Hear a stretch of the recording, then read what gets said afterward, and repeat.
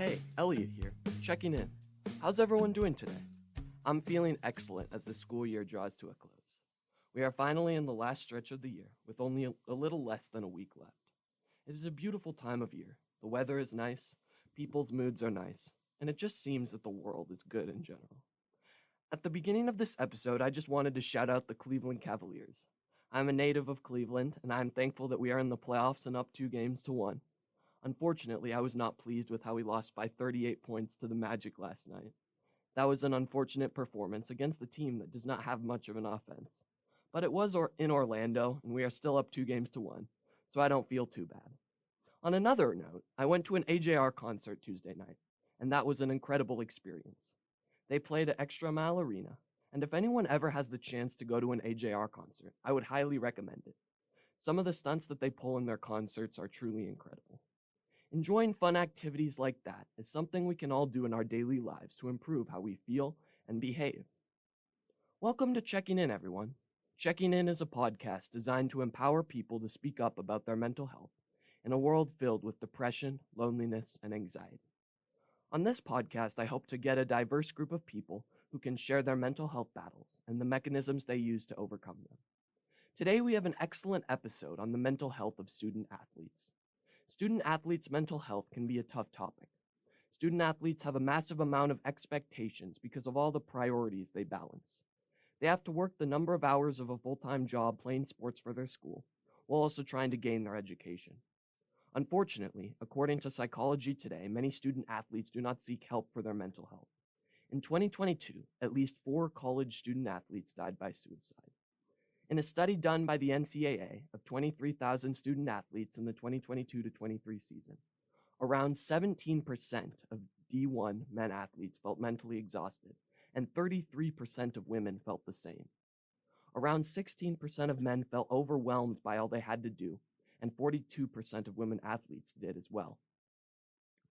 Also, according to the survey, 35% of D1 athletes felt academic worries, 33% worried about planning for the future, 23% had financial worries, and 14% worried about the team environment. Listening to the multitude of factors that impact a student athlete's mental health is very concerning. There are so many things a student athlete must worry about daily, and this can negatively impact how they feel and behave. To add to all these worries, there is a stigma around people who go and open up about their mental health struggles. Giannis Antetokounmpo, the famous NBA star, says, "People that talk to sports psychiatrists and stuff like that, they label us soft. We've seen that in the past, like, oh man, I'm having anxiety. Man, you're soft. Go deal with that." That's how it's labeled. That's why it's hard for people to talk to somebody and open up. Even for me, it was extremely tough. End quote. The added layer to the student athlete mental health is that they do not know where to go. College sports is an ultra-competitive environment, and if someone is seen as weak, they will be psychologically decimated by those around them. That is why so many athletes are worried about opening up about their mental health.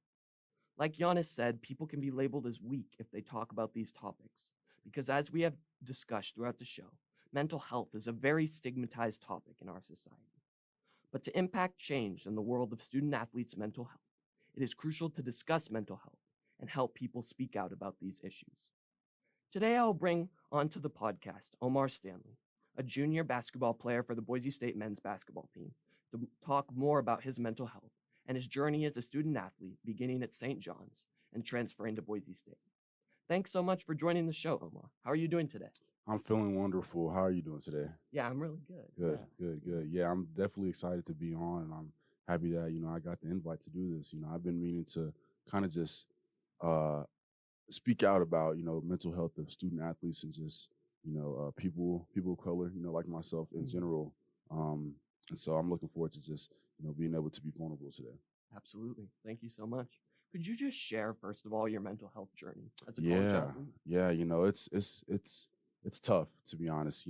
So for me personally, coming out of high school, I didn't know whether I wanted to pursue my dreams as a D1 basketball player or kind of settle, and stay at the Division II level because I had a few Division II offers. And during that time, it was COVID. You know what I mean? So Yeah. we couldn't go on any visits. It was more of Zooms. You know what I mean? And for somebody that's wanting to make a decision about college, you kind of want to go see where you're going to be at for the next 2 or 4 years. Right. Exactly. And so that was tough, but I had decided to go to a post grad school out of high school, and that worked wonders for me. I was able to get a couple of Division I offers, and that led me to St. John's Okay. in New York. And so from Kansas City to New York, it was definitely different. You know what I mean? New York it feels like a different country almost. And basketball wise, there's a significant basketball culture in New York. It's wonderful out there, and there's a lot of expectations. And so my first couple of years, they weren't terrible. I was definitely grateful to be a part of that situation. But when I had to leave, I was pretty upset because I had created a lot of friendships, and just it was real, family in New York. For sure. And so coming, to Boise was another, change, another culture shock, going from Kansas City to New York and now in Boise. It's like from New York to Boise, it's definitely different. And it's been good to me so far. I had a pretty solid year on the basketball floor. Yeah. And even off the court, I've been able to make a lot of good friends. That's really good. Yeah. And just going back to your backstory a little bit, did you gain a passion and love for basketball at a young age? I would say yes, but my reasoning is because I was bigger than everybody. Okay. And I have ADHD, so I kind of had to do something at all times. You know what I mean? Yeah. And so when I was little, I would go outside, play with my friends. We'd play football. This is when I was living in Las Vegas, and we'd run around in the desert. Just do things that kids would do. And so I fell in love with basketball. Yeah, at around like third grade. Yeah, that's really cool. And you said you grew up over in Missouri? Yeah, so I was born in Texas. I moved to California. Then I lived in Vegas for a little bit, and then now I'm living in Kansas City, Kansas. But I am from Kansas City, Missouri. Oh, nice. Yeah. And did you have a pretty positive family environment growing up? To be honest, I didn't. Mm. I lived in a single parent household. It was me and my dad. From 0 to 5, I lived with my mom, and then from 5 to I would say 16, I lived with my dad. And then my dad ended up getting incarcerated. And so I ended up having to ask for a favor from a friend, a family friend, who I played basketball with their son, and they said one random night they were like, "You ever need anything, reach out." And so whenever the whole situation happened, when he had to go to jail, I reached out. I'm like, I need, this is tough for me. You know what I mean? I was 15, so I was like, what can I do? Can you guys help me out? And they ended up helping me out. I'm just, forever grateful. Yeah, that's really awesome Yeah. that they could just be there for you in that tough time. Yeah. Do you think that growing up in that tough environment with your family impacted your mental health at all? Most definitely. You know what I mean? And even to this day, growing up around that stuff, and it was just me and my dad. And so you kind of know what the stereotypical relationship between, dads and sons is, it's strict and it's, structured, and it's not really a lot of emotions and feelings. And I think even to this day, whenever, conflict comes up, or whenever, something emotional goes on, I love to talk about it, but I really don't know how to deal with it. You know what I mean? I don't know how to, sometimes I shy away from it. I really don't have, a real positive way to cope with it. Yeah, absolutely. Just hard to open up sometimes, Yeah. for sure. Yeah. Going to school, were you a pretty high achiever in school, grades wise, or? Not at all. Not at all. I would say I wasn't a high achiever probably until I moved from Kansas City, Missouri to Kansas City, Kansas, when I moved in with that family. And I was able to, get the resources, that was needed. Yeah. And but yeah, overall I wasn't really, a super high, achiever academic wise. I was probably like a C, C straight student. I would get a couple of like D's and F's here and there. I would get a couple of A's and B's here and there, but Right. I was really even for the most part. Yeah, yeah. And do you think that you said you had ADHD? Yeah, Did that kind of impact that a little bit, do you think? maybe. Yeah, probably. Yeah, for sure. And when did you get diagnosed with ADHD? I got diagnosed with that when I moved in with the family again.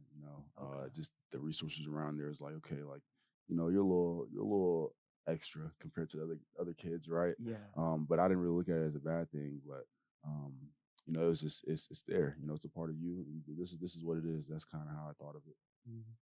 And from your time in Kansas City, did you make some good friends? out there? Yes, definitely. I have friends that, I'm still friends with to this day that I call my best friends, you know what I mean? I Yeah. talk to them at least once a week, on the phone, Mhm. just to check in on them, and I'm looking forward to going home and seeing them. Mhm. And did you end up playing high school basketball I out in? did. Yeah, I did. And it was phenomenal. And we didn't really, achieve a lot, but I do have friends, that I can, call them and ask them for anything. They call me and ask for anything.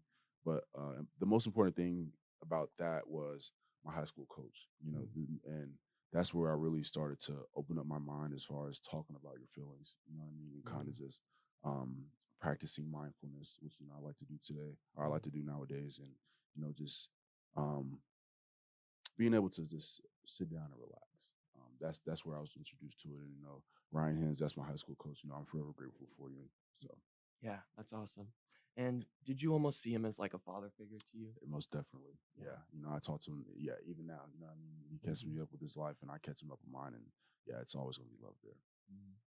And you talked a little bit about practicing mindfulness. Could you just share a Yeah. little bit about that? Yeah, it's a wonderful thing, I think, especially Mhm. for, people that are looked at a little different, with ADHD, Yeah. or just in general. It's just, so how I do it is I like to, before I go to bed, I like to, I do my stretches or whatever, and then I just, sit down in my bed and just breathe, Mhm. inhale, exhale. Think about my day. Think about, what did I do today? How did my day go? How did this make you feel? How did that make you feel? If there's something you could do different, how would you handle this different? And then, kind of just forget about it. I'd Yeah. really try to get everything, that's kind of been stressful, either on a piece of paper or, out of your mind. You know what I mean? Mhm. And so that's kind of how I handle practicing mindfulness. Yeah, absolutely. And for the audience listening, would you definitely recommend Oh practicing yeah, mindfulness? 10 times out of 10. Yeah, I definitely would. I would recommend it. It does wonders for not only your mind, not only your body, but for your soul. You know what I mean? It's Mhm. great. It's been a blessing for me. That's awesome. Yeah. Moving on in your career a little bit, what made you decide to go to St. John's after high school? Yeah. So obviously my goal is to become an NBA basketball player, and I Hmm. feel like that was the best place for me. Yeah. It was big city, and it was different. And it was a lot of opportunity for me to play, which is what I wanted. I wanted to play. I didn't really want to sit out. So that was my main reason for going over there. Yeah, absolutely. And how was your experience playing basketball for that school, St. John's? It was great. I made a lot of great connections. Like I said, like Hmm. basketball wise, I went to play in a lot of historic arenas, and I was Yeah. able to travel and see great wonders of the world over there. Such Yeah. as Washington D.C. You know what I mean? Such as be able to go to Philadelphia, Yeah, that's and cool. obviously New York City. So. Mhm. And then what made you decide to transfer over to Boise State? Yeah. So in college basketball and even like in the pros, there's politics. You know what I mean? And so Yeah. Yeah. our coach ended up getting fired, the one that recruited me there, and obviously so his Okay. staff had to leave, and um yeah. And so I ended up having to leave too. You know what I mean? Like Yeah. it was I could have stayed, but it was just one of those things where it's like, okay, maybe it's time for a new start. Mhm. And so that was my main reason. Yeah, for sure. And then after you moved out here to Boise State, have you really enjoyed playing for the basketball team here? Yeah, it's been phenomenal. The culture's been great, and not even just playing, but just living in Boise. It's been Hmm. amazing. There's so many great people out here, and people care about you. And um, there's there's a culture around Boise, Idaho, Hmm. that just makes it easy to live in. Absolutely. Yeah. You guys had a pretty good season last year, Yeah, so that was thank you. good. Yeah. Um, you guys ended up playing Colorado, was it the first Yeah, we round? ended up playing Colorado. It was a tough game, and Hmm. but we made it, and I'm glad that we made it. I'm super proud of our guys, Hmm. and I'm looking forward to making history next year. Yeah. You guys, did you guys get some good transfers from the transfer portal? We actually have a couple guys that are coming in this weekend, that we hopefully we can bring on the team. But we're still portaling, looking for guys. Mhm. Yeah. And what is your, so you're going to be a senior this year, correct? Yes. And what has been your kind of role just stepping in as like a leader for the basketball team? Yeah, it's been a little different, just coming from St. John's, where I wasn't really in that leader role, to be put in kind of on a pedestal, just based on my play. You know what I mean? Just because I've been playing well, and I decided to stick around. And so, but that experience has been, it's been humbling and it's been rewarding. Being able to kind of just lead is something that you won't regret. It's very, very rewarding, and you're able to see, people you care about get better, and you're Yeah. also able to see changes in yourself. You know what I mean? Because when you're a leader, you really can't be a hypocrite. You know what I mean? Like, Yeah. if you tell somebody you should probably do this, then you should, you have to be doing it too. And so Absolutely. it's amazing, and I love it. Yeah, that's awesome. And do you think that transferring out to Boise State has just had a positive impact on your mental health? Most definitely. Mm, that's awesome. Yeah. Yeah. And what do you think have been like the biggest mental health hurdles that you've had to deal with in like your student athlete career here in college? Yeah. For me personally, it's been just playing. There'll be, you know, I would say at times I predicate how I feel with how I play. Mm, Like the previous game, which is not healthy at all, but it is what it is. You know what I mean? right. And so I try to figure that out. Another thing, obviously you've heard of like sports betting. Yeah. And Yeah. so whenever I don't, people would bet on me. Obviously I don't know that stuff. Right. Um, and whenever I don't, make money for them, or so things such as that, then I'm getting blasted on like Twitter or like Mm, Instagram. People are in my DMs, calling me all types of crazy names, and they're in my comments calling me all types of crazy names and stuff. And that's probably one of the hurdles for me. And I really haven't experienced it since I've been here. mm, Since I've been obviously put on a bigger pedestal, mhm. based on my play. So Absolutely. And so just going back to just how you predicating your feelings on how you played mhm. um the past game essentially, Yeah. um how has that just negatively impacted you in a sense? Yeah, it definitely has. Because whether I'm playing, good or playing, if I'm playing good, it'll be like, all right, like I gotta follow this up. I gotta play good again. You know what I mean? If I'm playing bad, I'm like, all right, I can't play bad again. You know what I mean?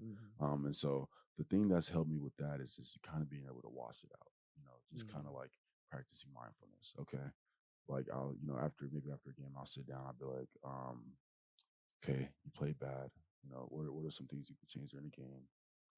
Obviously, the coaches watch film with me. right. And so during that time, I use it to wash things away. Like, this is what you did. How can you learn from it? Okay, Yeah, that's it, right? Or like, this is what you did good. Try to do it again. Here's another time you could do it. Okay, now, you know, you know. absolutely. So Yeah, that's good.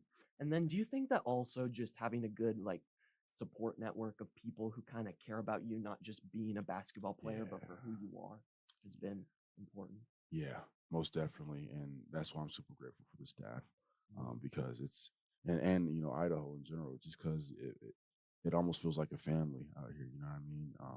People that obviously sports is sports, and we want to win, but when it all comes down to it, it's just basketball. right. And um, relationships are forever. Basketball is only for a little amount of time, and I Mhm. think the staff and my teammates they understand that, and they're able to kind of put it out into the world. And I've kind of been able to see it, and I've been grateful that I am a part of this culture. Yeah, absolutely.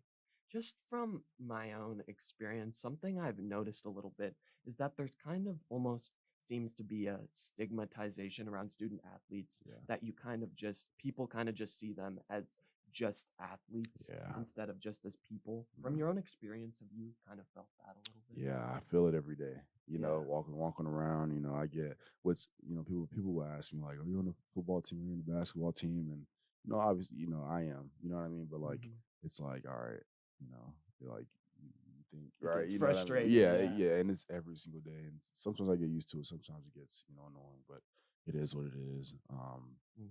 But yeah, it's and honestly, I feel for my brothers and sisters that are playing college sports, Hmm. because it is you know it's very hard to be labeled as something. Stereotyped as just, this is who you are. Kind of like Mm. you know I think a couple years back LeBron had said something about I forget what it was outside of basketball though, Right. and some like reporter was like, or some news, whatever, sports news, whatever. She was like, LeBron's probably just shut up and dribble. You know what I mean? And I'm like, all right, that's tough because that's just I feel like that's how a lot of society looks at us Mm, nowadays, or yeah. even just all the athletes. Yeah. And I know you talked a little bit at the beginning of the interview, just a little bit about race. Yeah. Do you think that there's a little bit of a race factor too in college sports a little bit? I would say in college sport, it might be, and Yeah. honestly, I haven't experienced any of it. You know what I mean? Mm, I know there is some like stereotypes towards like Caucasian players. You know what I mean? Like when it mm, comes to basketball, or yeah. like when it comes to football. You know what I mean? Yeah. And I haven't seen it personally. That's good. So yeah. Yeah.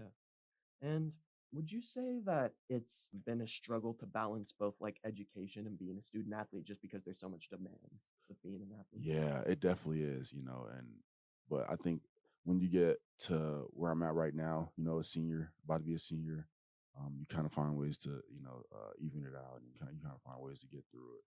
But for like the first like 2, even 3 years, it's tough. So Mhm. Absolutely. And do you think that a lot of student athletes, just from your own experience being on the basketball team, are a little bit worried to speak up about their mental health just because they might get labeled in a certain light for speaking out about those issues? I wouldn't necessarily say worried. Mm, I would say some really don't know. okay. Some are uneducated on what is anxiety, what is depression, what are these things, and Mm, people don't really know. You know what I mean? They don't know what they're going through, and yeah, they're just like, all right, this is this, and they go on about their day. absolutely. That's good because I think that it's important to just educate people on mental health because I don't think it's enough of a talked about topic in our Yeah, society yeah, for sure today. So just being able to have people just like you're doing right now on this yeah. podcast. And have you had any association with like the new NIL deals? I haven't had a ton of associations. Obviously I've had like team stuff, like team like NIL deal, but me Mhm. personally, I no, not really. And when I Yeah. transferred here, I didn't get any NIL, so Okay. like, but the portal is really weird nowadays. Yeah. Like it's almost like free agency, Yeah. for like yeah. Yeah, So almost. It's kind of like almost like the athletes have the decision to kind of choose where they want to go, right, essentially. right, Yeah. yeah. So they choose where they want to go, and there's no like sitting out anymore, Right. and NIL is involved now, so money's involved. So people are recruiting guys, and they're talking money before they're talking hoops, Mm, and so kind of yeah, it's a different day and age that we're living absolutely. So you talked a lot about mindfulness. Do you think that's been the greatest help for you in your own life, just in overcoming mental health? in. It's definitely been one of the greatest for me. Hmm. It's helped me out a lot, practicing mindfulness. Um, I would say another thing is finding a community. You know Mm, what I mean? Finding people to talk to. Because you can deal with it a lot by yourself, but you have to have people to talk to about it, because that way you can bounce ideas off of them, they can bounce ideas off of you. Maybe they've gone through what you've gone through, and maybe they can give you some good advice. Maybe they can tell you how to deal with it. mhm.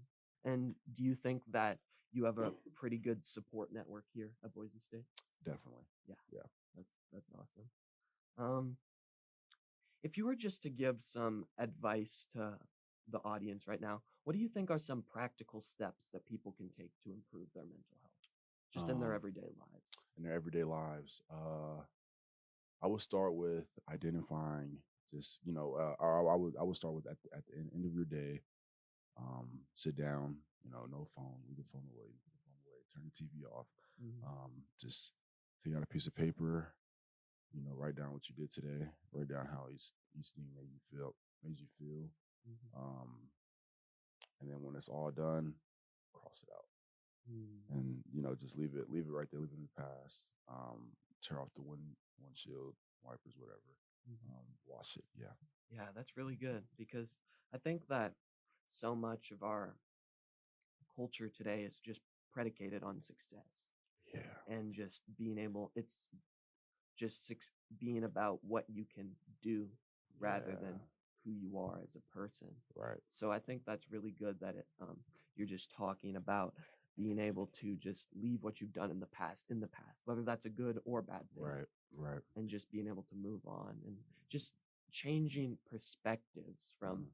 how people think about others from what they've done to just who they are. Yeah. Yeah. Yeah. Obviously, it's important to celebrate, the wins, Mhm. and learn from the losses. Mhm. But there has to come a time where there has to be a cutoff time where you forget that stuff. You know what I Mm. mean? You can't harp on it forever.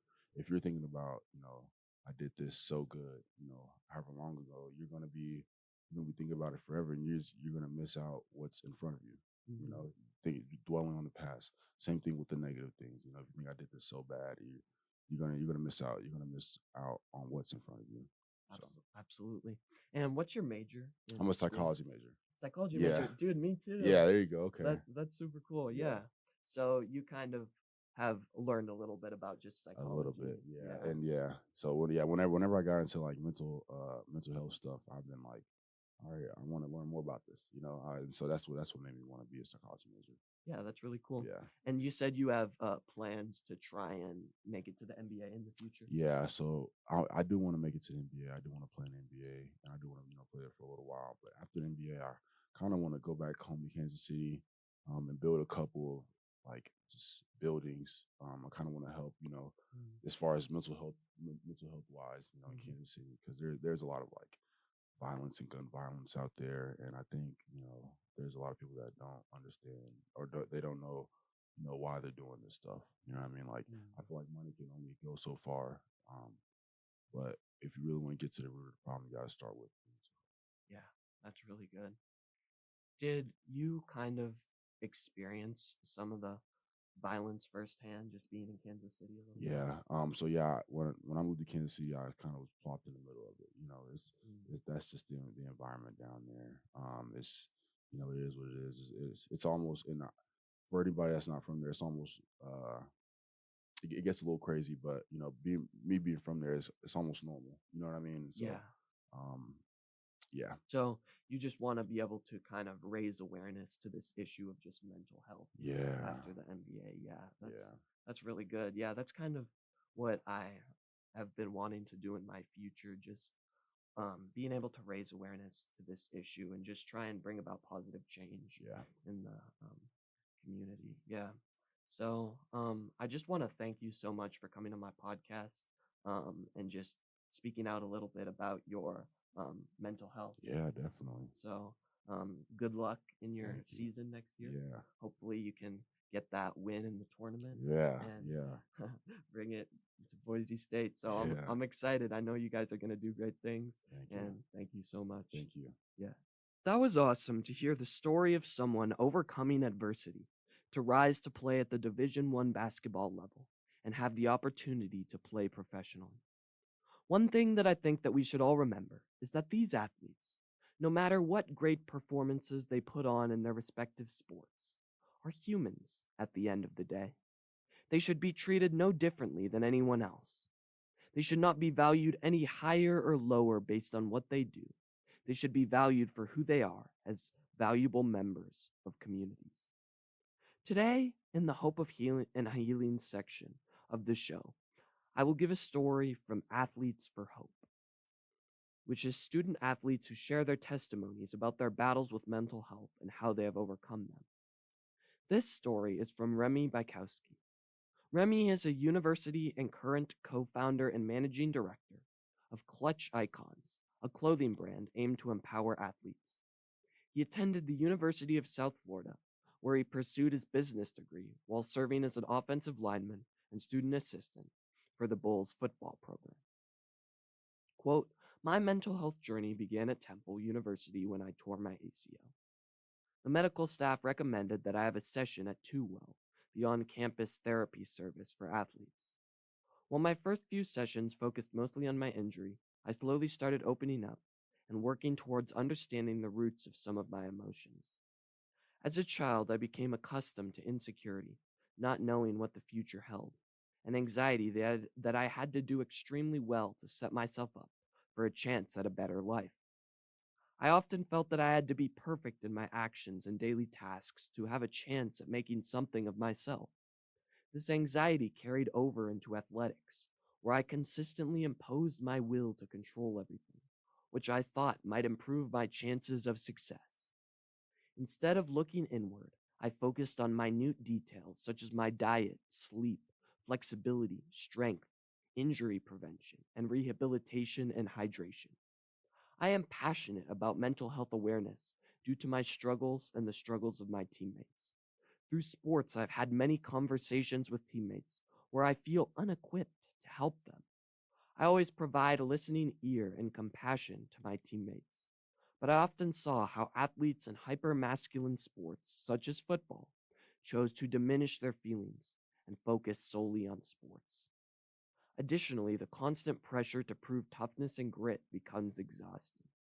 I have personally been made fun of by coaches for being soft or not playing through an injury, even though later MRIs revealed that I had a herniated disc. The level of anger I felt towards the coaching and medical staff was unhealthy, and I am grateful that I reached out for appropriate support instead of mishandling the situation and losing my temper. If there were less of a stigma of around being soft, quote unquote, playing with serious injuries could be avoided, as it is dangerous and may result in further injury. Throughout my playing career, I found on campus mental health services made specifically for athletes to be the most beneficial. I greatly appreciate Dr. Stephanie Coakley at the Two Well offices at Temple University, as well as Dr. Lee Dorpfield, Director of Sports Psychology at the University of South Florida. These two people greatly impacted my life for the better and inspired me to continue improving through my mental health journey. These sessions helped guide my surgical procedures, family hardships, and personal dilemmas. The advice I would give to someone struggling with mental health, especially someone dealing with a constant perfectionism, shame, and guilty cycle, is to show up for yourself just one time. Too often, we will defend friends and family and provide support and empathy to others, but never ourselves. It is much more difficult to rationalize neglecting and hurting ourselves when we take a moment to reconnect with our inner child. Trying to be more forgiving and realizing that you are human too. We all make mistakes, react poorly, and fail to communicate sometimes. This does not mean that we are unworthy of love, kindness, or patience. I hope that the future of mental health in sports is one of open communication and understanding. I hope that athletes feel comfortable leaning on their peers and resources for support. A future where a seriously injured athlete can get checked out by medical staff without being made fun of or belittled. People can become more supportive of mental health by gaining a deeper understanding of each other. Isolated thoughts tend to spin out of control quickly, but if we communicate more with each other, we can find comfort in mutual understanding. Often, just talking it out can significantly reduce stress and increase empathy for others and ourselves. Advocate for change by being there for someone, and most importantly, be there for yourself. End quote. This testimony from Remy gives a lot of perspective into the mind of student athletes and mental health. Athletes place so much of their value on what they accomplish because they are performing at such a high level in front of so many people. Many of us do the same thing in our daily lives. We all feel the need to be loved for our accomplishments rather than who we are. And I think that understanding some of the stories of student athletes can give anyone the knowledge that we are not loved for what we do, but for who we are. So lean on your support networks. Find activities you can do to improve your mental health. Work on bettering yourself and forgiving yourself through all of your mistakes, just like Remy said. And find peace in the knowledge that you are loved for your unique person. not any of your accomplishments. Well, that is all the time we have for today. Thanks so much for tuning in, everyone. Follow my podcast on Instagram and Spotify at Checking In with Elliot Ramsey. For with every battle you face, I will always be here, just checking in. Have a blessed day.